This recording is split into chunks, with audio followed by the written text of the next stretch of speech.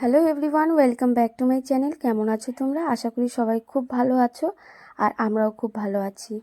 তো আজকে খুব সকাল থেকে ভিডিওটা শুরু করলাম, তো আশা করি তোমাদের ভিডিওটা ভালো লাগবে। তো আজকের এই ভিডিওতে যারা প্রথমবার এসছো, আমার চ্যানেলে প্রথমবার ভিজিট করেছো, তো তাদের কাছে একটাই রিকোয়েস্ট, প্লিজ কেউ ভিডিওটা স্কিপ করো না, পুরো ভিডিওটা দেখো। যদি আমার ভিডিওতে কিছু ভালো লাগে বা আমাকে ভালো লাগে, তাহলে প্লিজ তোমাদের কাছে একটাই রিকোয়েস্ট যে সাবস্ক্রাইব করে নিও চ্যানেলটা, আর লাইক করতে ভুলো না যদি ভিডিও ভালো লাগে। আর তোমাদের সুন্দর সুন্দর কমেন্ট করতেও কিন্তু ভুলো না। তোমরা কমেন্ট করলে তোমাদের প্রত্যেকের নাম নিয়ে নিয়ে আমি কমেন্টগুলো পড়বো। আমার খুবই ভালো লাগে কমেন্ট পড়তে, তো তোমাদের ভালো ভালো কমেন্ট কিন্তু আমি পড়বো। তো তোমরা প্লিজ কমেন্ট করতে ভুলো না। তো আগের দিন ছিল শনিবার, শনিবারে রাতে কোনো বাসন টাসন কিচ্ছু মাজা হয়নি। পরের দিন রবিবার বলে একটু ঢিলামি করে, নাহলে তো খুব সকাল থেকে উঠেই তোড়জোড় শুরু হয়ে যায়। তো আজকে খুব সকাল থেকে উঠে ভিডিওটা শুরু করলাম। আর বাইরের ওয়েদারটা দেখতে পাচ্ছ, দেখাচ্ছে খুবই ঝলঝলা, কিন্তু না, মোবাইলের ব্রাইটনেসটা খুব বাড়িয়ে দিয়ে ভিডিওটা করেছিলাম বলে এত চকচকা দেখাচ্ছে। খুবই মেঘলা আকাশ, এক সপ্তাহ থেকে খুবই বৃষ্টি হচ্ছিল, সকালে না হলে রাতে হচ্ছেই বৃষ্টি কন্টিনিউ। তো সকালবেলা ঘুম থেকে উঠে আমরা দুজনে ব্রাশ করে চা খেয়ে নিয়েছি ঘর ঝাড় দিয়ে। আর যেহেতু রবিবার একটু ঢিলামি ঢিলামি করে কাজগুলো করছিলাম, আর ছেলেকে ওর বাবা ব্রাশ করিয়ে দিল, দিয়ে এখন ওর জন্য আমি দুধ বানাচ্ছি। তো দুধ বানানোর জন্য জলটা গরম বসিয়ে দিয়েছি। তো ওকে আগে খাওয়াবো, খাওয়ানোর পরে তারপরে বাকি কাজগুলো করব। তো ওকে সকালবেলা আমি এই দুধটা খাওয়াই, লিটিল চয়েস। তো এটা হচ্ছে খুবই একটা ভালো দুধ। আমি এটা কোনো ব্র্যান্ড প্রমোশনের জন্য বলছি না, এটা আমি পার্সোনালি ব্যবহার করি দেখেই আমি বলছি।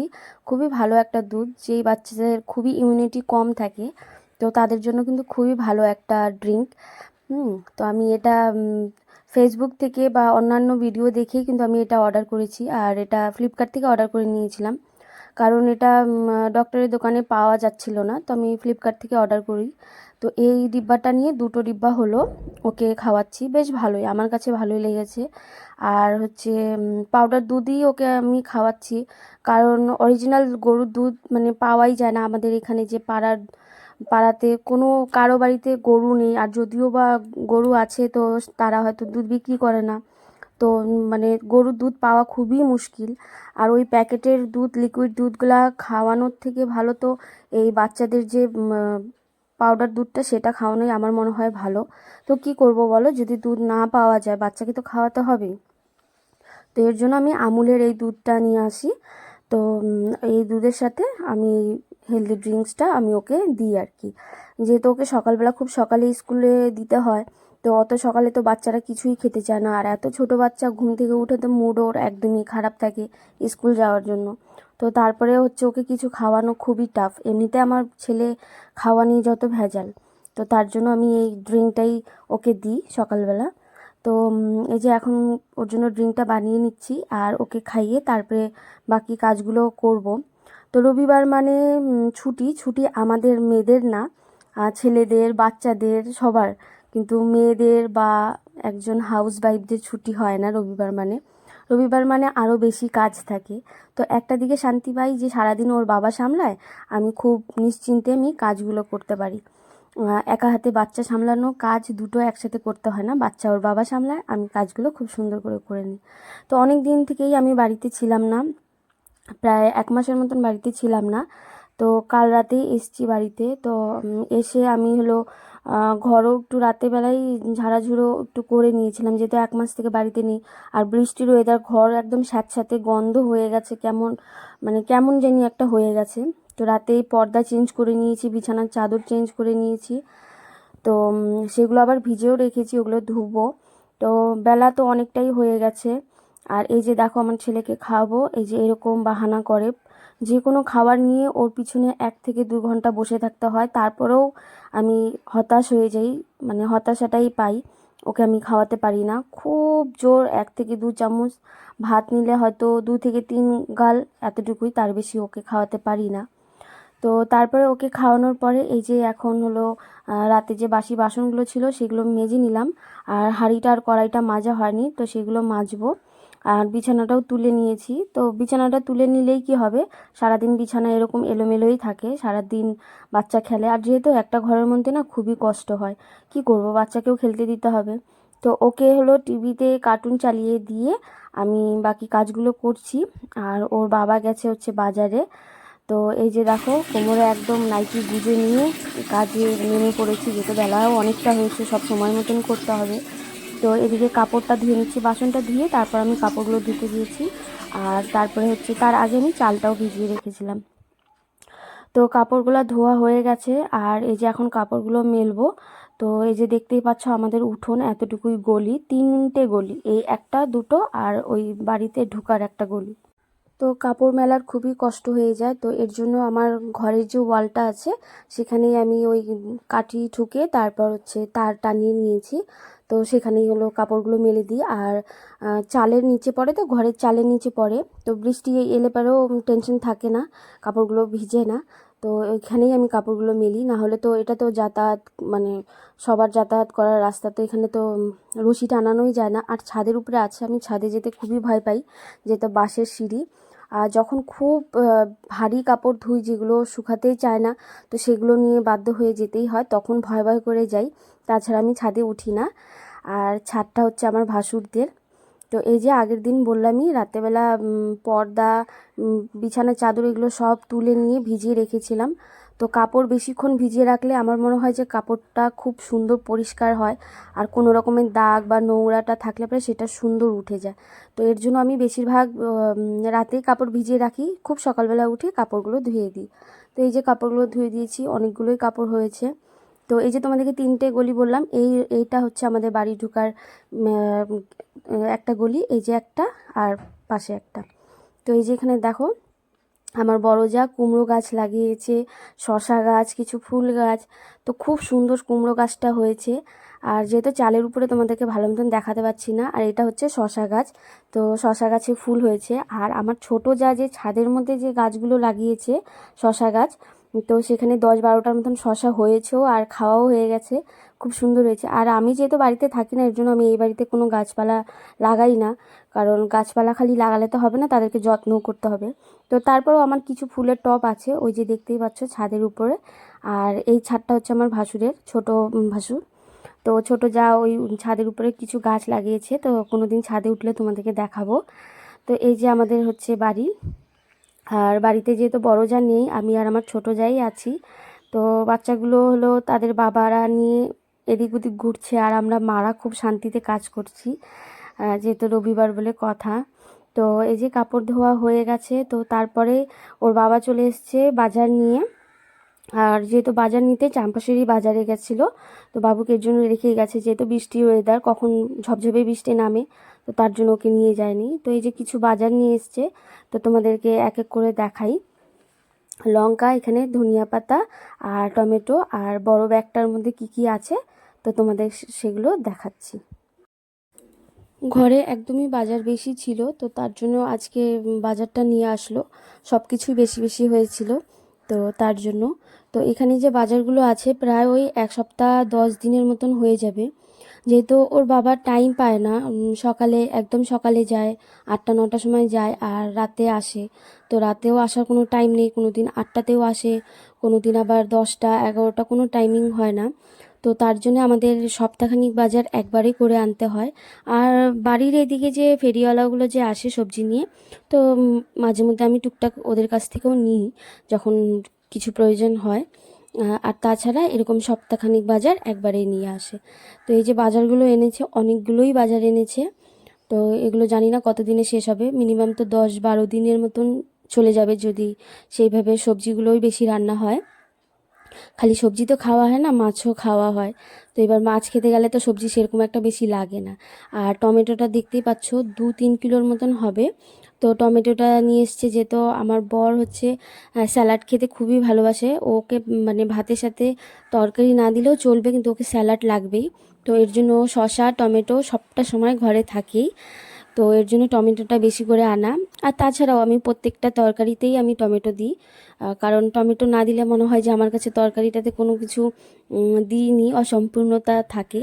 তো এর জন্য তো এই যে এখন সব কিছু গুছিয়ে নিলাম। আর এরকম ক্যারি ব্যাগের মধ্যে কাপড়ের যে ক্যারি ব্যাগগুলো আছে, তো এইভাবে সবজি রাখলে পারে সবজিগুলো একদম ফ্রেশ থাকে, একদমই নষ্ট হয় না। কারণ আমি আগে প্লাস্টিকে করে রাখতাম, তো তখন দেখতাম যে সবজিগুলো প্রায় দিনই নষ্ট হয়ে যেত, 2-3 দিনের মধ্যেই কেমন একটা স্যাঁতস্যাঁতে ন্যাতে হয়ে যেত। তো এর জন্য তারপর থেকে হলো আমি এই কাপড়ের ব্যাগগুলোতে রাখার পরে দেখি সবজি 10 দিন 1 মাসও কোনো কিছু হয় না। তো তোমরাও এভাবে করে কিন্তু সবজি রাখতে পারো, রেখে দেখতে পারো, খুবই ভালো থাকে, একদমই নষ্ট হয় না। তো সবজিগুলো ফ্রিজে গুছিয়ে নিয়ে তারপরে চলে এলাম রান্নাঘরে। আর রান্নাঘরে এসে দেখি 2 রকমের মাংস, একটা চিকেন ছিল, একটা মাটন ছিল। আমি তো এটাই বুঝে পেলাম না যে দুটো মাংস কেন আনলো। মাটনটা এনেছিল বাবুর জন্য আর চিকেনটা এনেছিল আমাদের জন্য। আর আমি চিকেন খেতে একদমই ভালোবাসি না, একদমই পছন্দ করি না, চিকেনের গন্ধটাই আমার সহ্য হয় না। কিন্তু কি করব, নিয়ে এসছে, রান্না তো করতেই হবে, আর ফেলে তো দেওয়া যাবে না। মাটনটা আনলে পরে ভালো হতো, একবারে দুজনে আলাদা আলাদা করে করতে হতো না, একসাথেই করে নিতাম। তো এই যে চিকেন আর মাটনটাই আজকে রান্না করব, তার বেশি কিছু রান্না করব না। আর এখানে এই যে ছেলে খেলছে, ঘড়িতে বাজে তখন 11:30, না 12:30, সরি 12:30 বাজে। আর আমার রান্না প্রায় শেষের দিকে। বাবুর মাটনটা তো হয়েই গেছে, ওটা গ্যাস বন্ধ করে দিয়েছি। আর আমাদের চিকেনটাতে অল্প জল দেবো, দিয়ে হলো গ্যাসটা কমিয়ে দিব। তো একদম কষা কষা করেছি মাংসটা আজকে, যেহেতু একদমই ভালো লাগে না, চিকেনের গন্ধটাই আমার সহ্য হয় না। আগে খেতাম, এখন কেন জানি না চিকেনের গন্ধটা একদমই সহ্য হয় না। তো এইদিকে ভাতও হয়ে গেছে, এক সবজি ভাত আজকে। তো এদিকে রান্না করতে করতে, কাজ করতে করতে এই দিদির ব্লগ দেখছি। আমার কাছে ফেভারিট একটা ইউটিউবার হচ্ছে এই দিদি, পাপিয়াদি। আমার এই দিদির ভিডিও দেখতে খুবই ভালো লাগে, খুবই মোটিভেট হই এই দিদিকে দেখে, যে একজন মেয়ে কি না পারে। তো এই দিদির ভিডিওও দেখছিলাম আর কাজও করছিলাম। যখন সময় থাকে না কাজ করতে করতে, তখন টিভিতে চালিয়ে এই ভেবে করে সবার ব্লগ ভিডিওগুলো দেখি। তো এই যে আমার ফাইনালি রান্না কমপ্লিট হয়ে গেছে। তো চিকেনটা মাটনটা দেখতে কেমন হয়েছে তোমরা কিন্তু কমেন্ট করো। খেতে তো ভালোই হয়েছে, যেহেতু আমি ভয়েস ওভারটা পরে দিচ্ছি তার জন্য আমি বলতে পারছি। আর অন্য কিছু রান্না করলাম না। আর ভেবেছিলাম যে অন্য কিছু করি, যেহেতু আমি চিকেনটা দিয়ে খেতে পারবো না, তো একার জন্য না আর কোনো কিছু করতে ইচ্ছা হচ্ছিল না। তো রান্নাটা শেষ করে তারপরে এই যে রান্নাঘরটা একদম পরিষ্কার করে নিলাম, বাসন মেজে নিলাম, গ্যাস ট্যাস সব মুছে নিলাম। তো সব কিছু একদম রান্নাঘর ক্লিন। তো এরপরে হচ্ছে খাওয়া দাওয়া করব। তো এখন হচ্ছে বাবুকে হলো ওর বাবা খাওয়াচ্ছে। তো এই যে দেখো আমার ঘরও মোছা হয়ে গেছে, তোমাদেরকে দেখাচ্ছি। ঘর মোছা, বাকি সব কাজ করা হয়েছে, খালি পুজোটা দিইনি। তো এই যে আমার ছেলেকে ওর বাবা খাওয়াচ্ছে, আর আমার স্নানও হয়ে গেছে, সবে স্নান করে উঠলাম। তো ওর খাওয়া হলেই আমরা খেতে বসবো। তো বাবুরও খাওয়া প্রায় ওই শেষের দিকেই। তো ওকে আজকে স্নান টান কিচ্ছু করানো হয়নি, ওয়েদার খুবই ঠান্ডা ঠান্ডা ছিল তো তার জন্য। আর এই যে আমাদের জন্য ভাত বেড়ে নিয়েছি, আর এই যে স্যালাড, আর হচ্ছে মাংস, ব্যাস এই হচ্ছে আজকের রান্না। আর এর বেশি কিছু করিনি। আর যেহেতু আমার বর মাংস হলে আর অন্য কিছু ওর লাগে না, তো তার জন্য আর রান্না করেও লাভ নেই। ছেলেদেরকে এক তরকারি দিতে হয় না জানি, কিন্তু কি করব, রান্না করলেও তো খাবে না, তো সেখানে আর বেকার রান্না করে কী লাভ। তো এই যে এখন হলো আমরা খেতে বসে গেছি। আর আমার ছেলে এত বদমাশি করছে, যখনই আমরা খেতে বসবো তখনই ও এই বদমাশিগুলো শুরু করবে। এই তরকারির গামলাটাতে ও বারবার এসে গাড়িটা দিয়ে ও উল্টে ফেলবে, এটা ওর ইচ্ছে। বকা দিচ্ছিলাম, না করছিলাম, তাও মানছিল না। তো এই যে আমি ভাত নিয়েছি, কিন্তু দুপুরবেলা আমি একদমই ভাত খেতে পারিনি। তোমাদেরকে বললামই চিকেনের গন্ধ আমার একদমই সহ্য হয় না, আর নিজের জন্য অন্য কিছু আলাদাভাবে করাও হয়নি। তো কি করব, ওই একটা মেটো নিয়ে, গিলাটা নিয়ে সেটা নিয়ে বসেছিলাম, কিন্তু তাও খেতে পারিনি। 2-3 গাল ভাত খেয়ে ব্যাস ছেড়ে দিয়েছি। তো এর জন্য রাতে আমি আলাদাভাবে কোনো কিছু করেছিলাম। তো তারপরে একবারে দুপুরবেলা খাওয়া দাওয়ার পরে তোমাদের সাথে আর কোনো ভিডিও শেয়ার করিনি, কারণ হচ্ছে আমরা ঘুমিয়ে পড়েছিলাম। তো ঘুম থেকে উঠে চা খেয়ে ফ্রেশ হয়ে একটু সাজুগুজু করে বেরিয়ে পড়লাম চাম্পাশরি। তো চাম্পাশরিতে যাচ্ছি কিছু দরকারি জিনিস কেনার জন্য। 1 সপ্তাহ থেকে ছেলেকে স্কুল পাঠাতে পারছি না বৃষ্টির কারণে। তো প্রিন্সিপাল ফোন করে শনিবার দিন ফোন করেছিল যে কেন স্কুলে আসছে না, আর একদিনের বেশি ছুটি করলে স্কুলে গিয়ে জানাতে লাগবে। আর আমারও ভুল ছিল যে আমি জানাইনি, তো তার জন্য আমাকে বাবুর জন্য রেনকোট কিনতেই হবে।